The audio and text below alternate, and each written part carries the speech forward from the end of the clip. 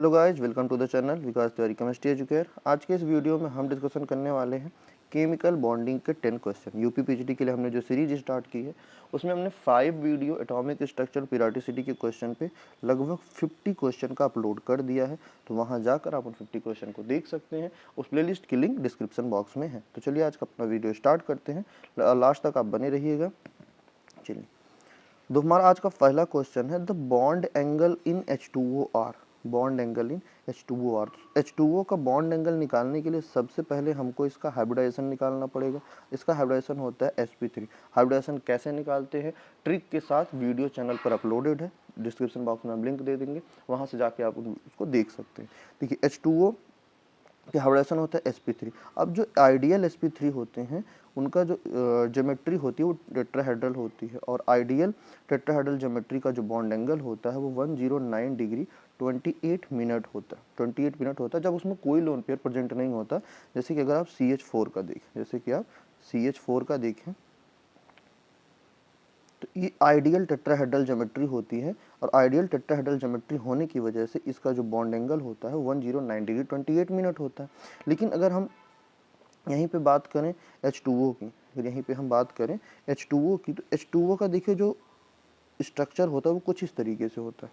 H2O का structure कुछ इस तरीके से होता है। इसमें 2 लोन पेयर प्रेजेंट होते हैं, 2 लोन पेयर प्रेजेंट होते हैं। अब ये दोनों लोन पेयर आपस में रिपेल करेंगे, और जब एक दूसरे को रिपेल करेंगे तो ये जो हाइड्रोजन है थोड़ा इधर मूव करेगा, ये थोड़ा इधर मूव करेगा, जिससे यहाँ का जो बॉन्ड एंगल होगा वो कम हो जाएगा। और जब बॉन्ड एंगल कम हो जाता है तो वो बॉन्ड एंगल 109 डिग्री से कम हो जाता है। वो लगभग कितना हो जाता है 104.5 डिग्री, और जो कि 109 डिग्री से कम होता है। तो हमारे यहाँ पे जो करेक्ट ऑप्शन हो जाएगा वो हो जाएगा ऑप्शन नंबर ए, 109 डिग्री से कम, क्योंकि प्रेजेंट आप लोन पेयर होंगे तो आपस में लोन पेयर रिपल्सन करेंगे। चलिए नेक्स्ट क्वेश्चन की तरफ चलते हैं। विच of the following compound is practically insoluble in water.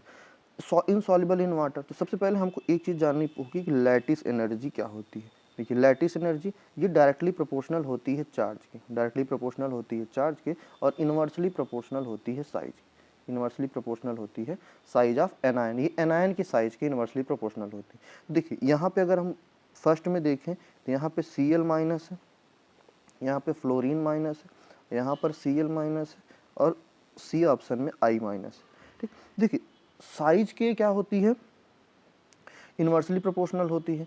तो अब यहाँ पे फ्लोरीन की जो साइज है, चार्ज देखिए सब में 2+ है, सब में 2+ साइज चार्ज है, चार्ज सब में 2+ है, तो हम चले जाएंगे साइज पे। अब एनायन की साइज जितनी कम होगी, एनायन की साइज जितनी कम होगी लैटिस एनर्जी उतनी ही ज़्यादा होगी। तो यहाँ पे फ्लोरीन की साइज सबसे कम है, इसकी लैटिस एनर्जी सबसे ज़्यादा होगी। और जब लैटिस एनर्जी सबसे ज़्यादा होती है, अगर लैटिस एनर्जी इंक्रीज करती है तो जो सॉल्युबिलिटी होती है वो डिक्रीज करती है, यानी जितना ज़्यादा लैटिस एनर्जी सॉल्युबिलिटी उतनी ही कम। तो हमारा जो प्रैक्टिकली इनसॉल्युबल हो जाएगा वो हो जाएगा CaF2। चलिए नेक्स्ट क्वेश्चन की तरफ चलते हैं। The HAH bond angle in the following hydride, the HAH bond angle in following hydrides with general formula AH3 follow the order. देखिए, जब हम किसी भी ग्रुप में टॉप टू बॉटम मूव करते हैं तो जो इलेक्ट्रोनेगेटिविटी होती है, इलेक्ट्रोनेगेटिविटी जो होती है वो डिक्रीज करती है, इलेक्ट्रोनेगेटिविटी डिक्रीज करती है। और जब इलेक्ट्रोनेगेटिविटी डिक्रीज करती है तो जो बॉन्ड पेयर के इलेक्ट्रॉन होते हैं, जो बॉन्ड पेयर के इलेक्ट्रॉन होते हैं वो सेंट्रल एटम से दूर रहते हैं, सेंट्रल एटम से दूर रहते हैं। जब वो दूर रहते हैं तो जो बॉन्ड पेयर के इलेक्ट्रॉन के बीच में रिपल्सन होता है वो कम होता है। जब बॉन्ड पेयर के बीच का रिपल्सन कम होगा तो जो बॉन्ड एंगल होगा वो भी क्या करेगा डिक्रीज कर जाएगा, बॉन्ड एंगल क्या करेगा डिक्रीज कर देगा। यानी आप ऐसे कह सकते हो किसी भी ग्रुप में टॉप टू बॉटम जाने पर जो हाइड्राइड का, यानी कि जो सेम हाइड्राइड का जैसे AH3 है, जैसे सेम हाइड्राइड का जो बॉन्ड एंगल होता है वो डिक्रीज होता जाता है। तो अगर इसमें आप देखें NH3 PH3 और ASH3, इसमें जो बॉन्ड एंगल होगा क्या करेगा वो डिक्रीज करेगा, सबसे ज़्यादा NH3 का होगा और सबसे कम ASH3 का होगा। तो जो करेक्ट ऑप्शन हो जाएगा वो हो जाएगा ऑप्शन नंबर डी। चलिए नेक्स्ट क्वेश्चन की तरफ चलते हैं। In which of the following bond hydrogen carry partially negative charge, partially negative charge. देखिए पार्सली निगेटिव चार्ज आता किस पे, पार्सली निगेटिव चार्ज आता किस पे, तो पार्सली निगेटिव चार्ज उस पे आता है जो ज़्यादा इलेक्ट्रोनिगेटिव होते हैं, यानी कि मोर इलेक्ट्रोनिगेटिव। अब वो सेंट्रल एटम होगा या सराउंडिंग एटम, जो पार्शियली निगेटिव होता है वो उसी पे आता है जिसमें जो मोर इलेक्ट्रोनेगेटिव। तो जैसे अगर हम फर्स्ट में बात करें तो फ्लोरीन और हाइड्रोजन, तो फ्लोरीन की इलेक्ट्रोनेगेटिविटी होती है 4.0 और हाइड्रोजन की होती है 2.2। तो इसकी इलेक्ट्रोनेगेटिव फ्लोरीन की ज़्यादा है, जिसमें आएगा पार्शियली निगेटिव और हाइड्रोजन पे आएगा पार्शियली पॉजिटिव, यानी हमारा पहला ऑप्शन तो इनकरेक्ट हो जाएगा, पहला नहीं होगा। देखिए ऑक्सीजन की जो इलेक्ट्रोनेगेटिविटी होती है वो 3.4 और हाइड्रोजन की होती है 2.2, तो ये भी हमारा रॉन्ग हो जाएगा। नाइट्रोजन की 3 होती है इलेक्ट्रोनेगेटिविटी और हाइड्रोजन की 2.2, तो हमारा ये ऑप्शन भी इनकरेक्ट हो जाएगा। अब देखिए बोरान और हाइड्रोजन में हाइड्रोजन की इलेक्ट्रोनेगेटिविटी 2.2 होती है, जबकि बोरान की 1.2 होती है। तो बोरान और हाइड्रोजन यानी बोरान हाइड्रोजन में इलेक्ट्रोनेगेटिविटी हाइड्रोजन की ज़्यादा होगी, इसलिए इस पर पार्शियली निगेटिव वैल्यू आएगी, इस पे पार्शियली पॉजिटिव चार्ज आ जाएगा। तो हमारा जो करेक्ट ऑप्शन हो जाएगा वो हो जाएगा ऑप्शन नंबर सी। चलिए नेक्स्ट पे चलते हैं। विच of the following statement regarding solubility LiF and Li in water at room temperature is correct. आपको बताना है कि इन दोनों में सॉल्युबिलिटी किसकी ज़्यादा होगी। अब देखिए पहले हम ऑप्शन पढ़ लेते हैं। Both are equally soluble, both are insoluble, LiF is more soluble than LiI और LiI is more soluble than LiF। चलिए अभी पिछले क्वेश्चन में हम पढ़ के आ रहे हैं कि जो लैटिस एनर्जी होती है डायरेक्टली प्रोपोर्शनल होती है चार्ज के, और इनवर्सली प्रोपोर्शनल होती है साइज की। अब देखिए जो इस एक में F है और दूसरे में I है, तो फ्लोरीन की साइज जो होती है वो फ्लोरीन की साइज आयोडीन से कम होती है, F माइनस की साइज I माइनस से कम होगी, तो LiF का जो लैटिस एनर्जी होगी वो ज़्यादा होगी, यानी कि लैटिस एनर्जी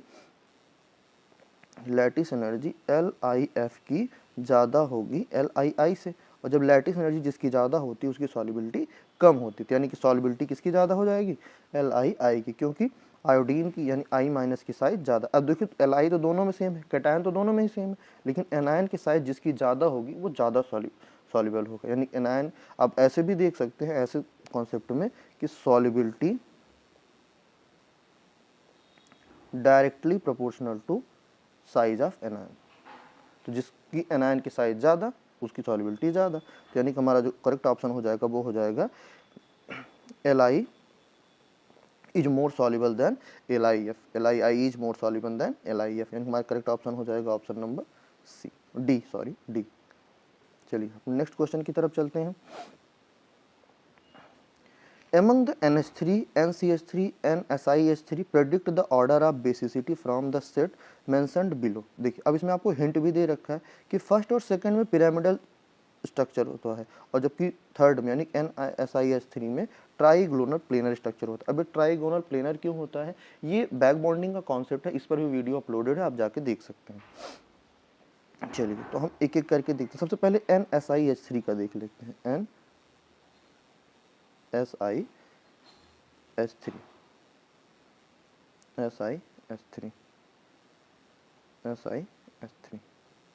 देखिए नाइट्रोजन के पास होता है लोन पेयर और Si के पास होता है इम्पटी डी ऑर्बिटल, तो lone pair empty D orbital में एक्सेप्ट कर लेगा। SiH3 क्या करेगा, नाइट्रोजन के लोन पेयर को अपने डी ऑर्बिटल में एक्सेप्ट कर लेगा, और जब नाइट्रोजन अपना डी ऑर्बिटल उसको नाइट्रोजन अपना लोन पेयर का इलेक्ट्रॉन जब इसको दे देगा तो इसके पास कोई इलेक्ट्रॉन ही नहीं बचेगा डोनेट करने के लिए। जब इसके पास कोई इलेक्ट्रॉन नहीं बचेगा डोनेट करने के लिए तो इसकी जो बेसिसिटी हो जाएगी वो क्या हो जाएगी, लो हो जाएगी, यानी इसकी बेसिसिटी बहुत कम हो जाएगी। यानी कि हम ऐसा कह सकते हैं कि थर्ड की जो बेसिसिटी होगी यानी NSiH3 की जो बेसिसिटी होगी ये सबसे कम होगी, थर्ड की बेसिसिटी सबसे कम होगी। और देखिए CH3 और NH3 में देखते हैं। देखिए जो CH3 होता है ये प्लस I मतलब इसका inductive effect plus inductive effect का होता है, तो ये क्या करता है लोन पेयर को इलेक्ट्रॉन को डोनेट करेगा। तो इलेक्ट्रॉन को किसकी तरफ पुश करेगा, नाइट्रोजन की तरफ पुश करेगा, और जब नाइट्रोजन की तरफ पुश करेगा तो नाइट्रोजन की जो इस कहाँ पे लोन पेयर की अवेलेबिलिटी होगी ये बढ़ जाएगी, तो ये आसानी से लोन पेयर को डोनेट कर सकता है। और NH3 की नॉर्मल ही रहेगी, तो हम ऐसा कह सकते हैं कि सेकेंड यानी कि NCH3 थ्राइस की जो बेसिसिटी होगी सबसे ज़्यादा होगी, उसके बाद फर्स्ट की होगी और सबसे कम आपकी किसकी होगी, थर्ड की होगी। क्यों? क्योंकि SiH3 अपने एम्प्टी डी ऑर्बिटल में नाइट्रोजन के लोन पेयर को एक्सेप्ट कर लेता है, और बेसिसिटी का मतलब ये होता है कि लोन पेयर को कितना इजीली कौन डोनेट कर सकता है। तो हमारा जो करेक्ट ऑप्शन इसमें हो जाएगा वो हो जाएगा ऑप्शन नंबर बी, जिसमें देखिए सेकेंड, फर्स्ट, थर्ड ये दिया गया। चलिए नेक्स्ट क्वेश्चन की तरफ चलते हैं। ये आप याद रखिएगा कि CH3 जो होता है ये देखिए हाइड्रोजन भी प्लस आई दिखाता है, हाइड्रोजन भी प्लस आई दिखाता है, लेकिन CH3 ज़्यादा दिखाता है हाइड्रोजन के कंपैरिजन में। तो इसके लिए CH3 ज़्यादा इलेक्ट्रॉन को पुश करेगा नाइट्रोजन की तरफ, और नाइट्रोजन के इलेक्ट्रॉन की अवेलेबिलिटी जो है वो बढ़ जाएगी और इसकी बेसिसिटी भी बढ़ जाएगी। चलिए नेक्स्ट क्वेश्चन की तरफ चलते हैं। What is bond angle in nitrogen trichloride? What is bond angle in nitrogen trichloride? देखिए नाइट्रोजन का पहले हम स्ट्रक्चर बना लेते हैं, नाइट्रोजन ट्राइक्लोराइड का, क्लोरीन क्लोरीन क्लोरीन। ध्यान से देखिएगा, देखिए जो ये एक sp3 हाइब्रिडाइजेशन, sp3 हाइब्रिडाइज्ड है, जिसका टेट्राहेड्रल ज्योमेट्री होती है। अब आइडियल टेट्राहेड्रल ज्योमेट्री का अभी हम पिछले फर्स्ट क्वेश्चन में ही आपको बता चुके हैं कि 109 डिग्री 28 मिनट होता है, लेकिन NCl3 इसमें एक लोन पेयर है, इसमें एक लोन पेयर है जो बॉन्ड एंगल को क्या करेगा, रिपेल करेगा। ये क्या करेगा, बॉन्ड एंगल को दोनों तरफ से रिपेल करेगा। बॉन्ड एंगल को रिपेल करेगा तो इसकी जो बॉन्ड एंगल होगी वो कम हो जाएगी, इसका जो बॉन्ड एंगल होगा वो क्या हो जाएगा, कम हो जाएगा। जब बॉन्ड एंगल कम हो जाएगा तो 109 डिग्री से घट के ये लगभग 107.1 डिग्री हो जाता है, 107.1 डिग्री हो जाता है। तो इसमें हमारा जो करेक्ट ऑप्शन देखिए, लोन पेयर यहाँ पर रिपेल कर रहा है, तो लोन पेयर बॉन्ड पेयर के बीच रिपल्सन हो रहा है, लोन पेयर बॉन्ड पेयर के बीच रिपल्सन हो रहा है, repulsion between lone pair bond pair. यानी कि हमारा इसमें जो करेक्ट ऑप्शन हो जाएगा वो ये वाला हो जाएगा 107.5 डिग्री, 107.5 डिग्री। नेक्स्ट क्वेश्चन की तरफ चलते हैं। Among the following which has the maximum hydration energy? इसमें से हाइड्रेशन एनर्जी सबसे ज़्यादा किसकी? हाइड्रेशन एनर्जी मतलब लैटिस एनर्जी, हाइड्रेशन एनर्जी मतलब लैटिस एनर्जी। देखिए अभी आप पीछे ही पढ़ के आ रहे हैं कि जो हाइड्रेशन एनर्जी, इसमें हम हाइड्रेशन एनर्जी की बात कर लेते हैं। हाइड्रेशन एनर्जी ये भी डायरेक्टली प्रोपोर्शनल होती है चार्ज के, और इनवर्सली प्रोपोर्शनल होती है साइज, इनवर्सली प्रोपोर्शनल होती है साइज। देखिए जो चार्ज, देखिए अब ऑप्शन देखते हैं, इसमें देखिए +1 चार्ज है, इसमें भी +1 चार्ज है, तो यानी कि इसमें +2 है, इसमें से +2 है, यानी कि चार्ज ज़्यादा होना चाहिए, यानी कि ऑप्शन ए और ऑप्शन बी से में तो कोई हो नहीं सकता, यानी कि हमारा करेक्ट ऑप्शन जो होगा वो ऑप्शन सी और ऑप्शन डी में होगा। अब देखिए इन दोनों में चार्ज क्या है, सेम है। अब चार्ज दोनों में +2 तो हम साइज पे जाते हैं, साइज कम होनी चाहिए, तो साइज किसकी कम होगी, साइज किसकी कम होगी, तो जो मैग्नीशियम +2 की साइज होगी ये कम होगी Ca+2 से, क्योंकि टॉप टू बॉटम ऐसे ही हम बढ़ते हैं, ठीक। तो जो Ca की साइज होगी Mg से ज़्यादा होगी, और जिसकी साइज ज़्यादा होगी हाइड्रेशन एनर्जी उसकी कम होगी, क्योंकि हम अभी पीछे ही देख चुके हैं कि hydration energy inversely proportional to size, inversely proportional to size. और Mg2+ की साइज क्या है, कम है Ca2+ से, Ca2+ से, तो यानी कि Mg2+ की साइज कम है तो इसकी हाइड्रेशन एनर्जी ज़्यादा होगी। तो हमारा जो करेक्ट ऑप्शन हो जाएगा वो हो जाएगा ऑप्शन नंबर सी। चलिए नेक्स्ट की तरफ चलते हैं। The bond angle of Cl2O is, the bond angle of Cl2O is, Cl2O की बॉन्ड एंगल क्या होगा? तो सबसे पहले हम इसका स्ट्रक्चर बना लेते हैं। देखिए OCl2, देखिए हम आपसे एक बार फिर से कह रहे हैं कि बॉन्ड एंगल, हाइब्रिडाइजेशन, ये सारी चीज़ें आपको कैसे कैलकुलेट करनी है ट्रिक वाइज चैनल पे वीडियो अपलोडेड है, आप वहाँ जाके देख सकते हैं। देखिए अब यहाँ पे क्या होगा कि यहाँ पे देखिए 2 लोन पेयर प्रेजेंट, यहाँ पे 2 लोन पेयर प्रेजेंट है, और ये 2 लोन पेयर क्या करेंगे, सबसे पहले इसका हाइब्रिडाइजेशन कितना होता है sp3, ये 2 लोन पेयर आपस में रिपेल करेंगे, आपस में रिपेल करेंगे। देखिए इन सब का जो शेप होगा वो बेंट होगा, चाहे वो F2O हो, H2O हो, H2O हो, मतलब इन सब का बॉन्ड एंगल क्या होगा, सॉरी जो शेप होगा वो उनका। लेकिन इसका जो देखिए क्लोरीन जो है ये बिगर एटम होता है, और इसके बीच क्या होगा, स्टेरिक रिपल्सन होगा, क्लोरीन क्लोरीन के बीच में स्टेरिक रिपल्सन होगा।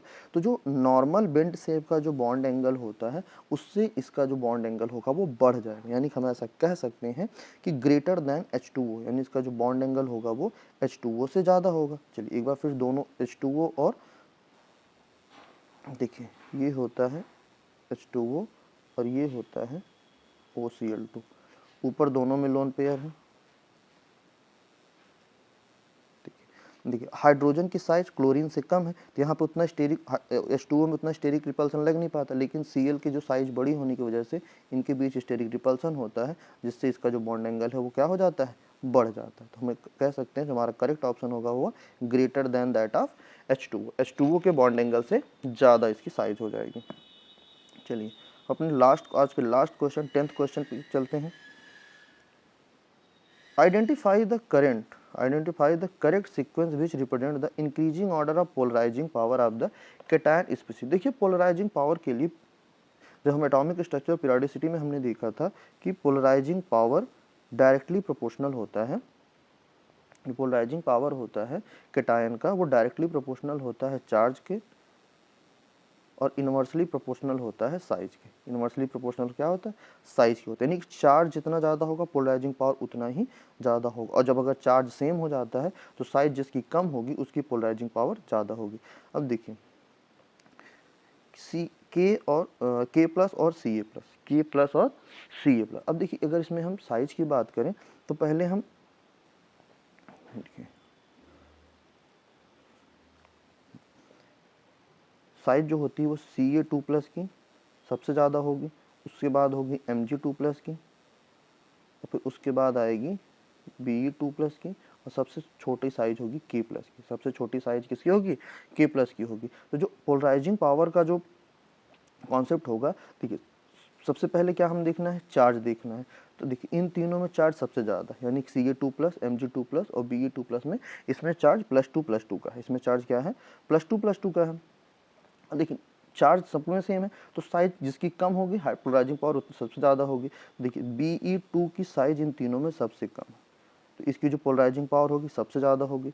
उसके बाद हो जाएगा Mg2+, उसके बाद आ जाएगा Ca2+, ठीक, और सबसे कम हो जाएगी K+, क्योंकि इसकी जो चार्ज है वो कम हो जाएगा। यानी कि आपको बस इतना याद रखना है कि polarising power of cation is directly proportional to the charge, और अगर चार्ज सेम हो जाता है तो फिर आप उसके बस साइज पे देखोगे। ठीक, तो इसके अकॉर्डिंग हमारा जो करेक्ट ऑप्शन हो जाएगा वो करेक्ट ऑप्शन हो जाएगा ऑप्शन नंबर, ठीक है। सबसे पहले कौन आएगा, सबसे पहले आएगा बेरिलियम, सबसे आएगा बेरिलियम, फिर मैग्नीशियम, फिर calcium, beryllium, magnesium, calcium. Option number B हमारा करेक्ट हो जाएगा। देखिए क्या हो जाएगा, बेरिलियम 2+, फिर उसके बाद मैग्नीशियम 2+, फिर उसके बाद Ca2+, फिर उसके बाद K+। तो ये रहे हमारे आज के 10 क्वेश्चन। आपको क्वेश्चंस कैसे लगे, कॉन्सेप्ट कैसे लगे, कमेंट करके जरूर बताएं। और वीडियो को अगर अच्छा लगा हो आपको, आपके लिए हेल्प